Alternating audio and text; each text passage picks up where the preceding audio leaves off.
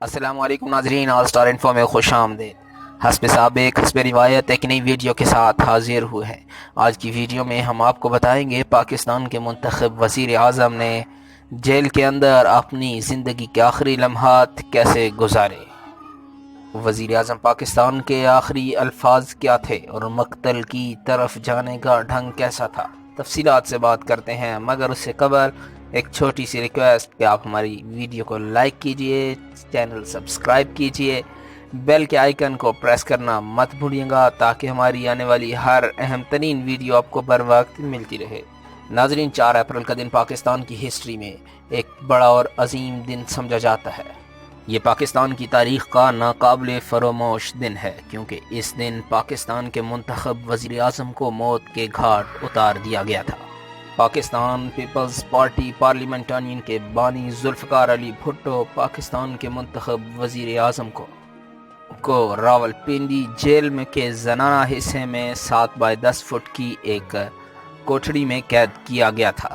بھٹو کو ایک بیڈ، میز، کرسی اور بک شیلف دی گئی تھی۔ بغل میں ایک چھوٹی سی کوٹھڑی تھی جہاں قیدی ان کے لیے کھانا بنایا کرتا تھا۔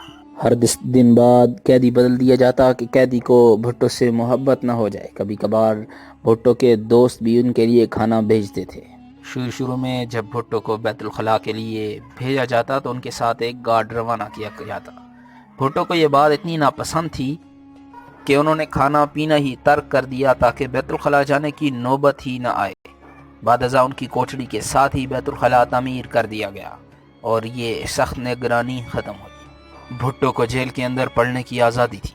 وہ آخری دنوں میں چارلس ملر کی خیبر، رچرڈ نیسن کی سوانح عمری، جواہر لال نہرو کی ڈسکوری آف انڈیا اور صدیق صالح کی سرنڈر ٹو وٹنس کا مطالعہ کر رہے تھے۔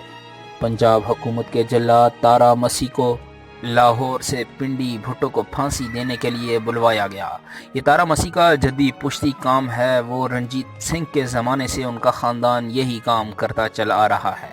تارا مسیح کی اس وقت تنخواہ 375 روپے ماہانہ تھی اور ہر پھانسی پر 10 روپے اضافی ملا کرتے تھے۔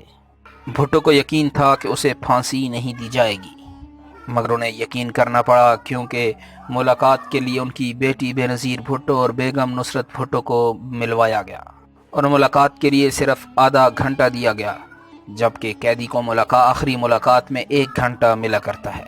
ملاقات میں بھٹو نے اپنی تمام چیزیں، کتابیں اور سگار وغیرہ اپنے گھر والوں کو واپس کر دی۔ وہ نہیں چاہتے تھے ان کے بعد جیلر ان کی کتابوں کو اور چیزوں کو ہاتھ لگائے۔ بھٹو نے سپرنٹینڈنٹ سے کہا کہ میری گھڑی کوٹھری کے دروازے پہ کھڑے گارڈ کو میرے مرنے کے بعد دے دی جائے۔ بھٹو نے اپنے ہیلپر قیدی کو کافی لانے کے لیے کہا اور اسے معافی مانگی۔ اگر انہوں نے کوئی بدسلوکی کی ہوئی تو مجھے معاف کر دو۔ بھٹو نے آخری وقت میں اپنی شیو بنانے کی اجازت چاہی۔ وہ کہتے تھے کہ میں کسی مولوی کی طرح نہیں مرنا چاہتا۔ 3 اپریل رات 9:55 پر انہوں نے برش کیا، چہرہ دھویا، بال بنائے اور اس کے بعد سونے کے لیے چلے گئے۔ رات 1:30 بجے انہیں اٹھایا گیا۔ وہ ہلکے بادامی رنگ کے شلوار قمیض پہنے ہوئے تھے۔ ان کے ہاتھ جب سیکورٹی والوں نے باندھنے چاہے تو انہوں نے مخالفت کی، جس کی وجہ سے مجبوراً انہیں زبردستی کرنی پڑی۔ اس کے بعد بھٹو خود چل کر تختہ دار تک گئے۔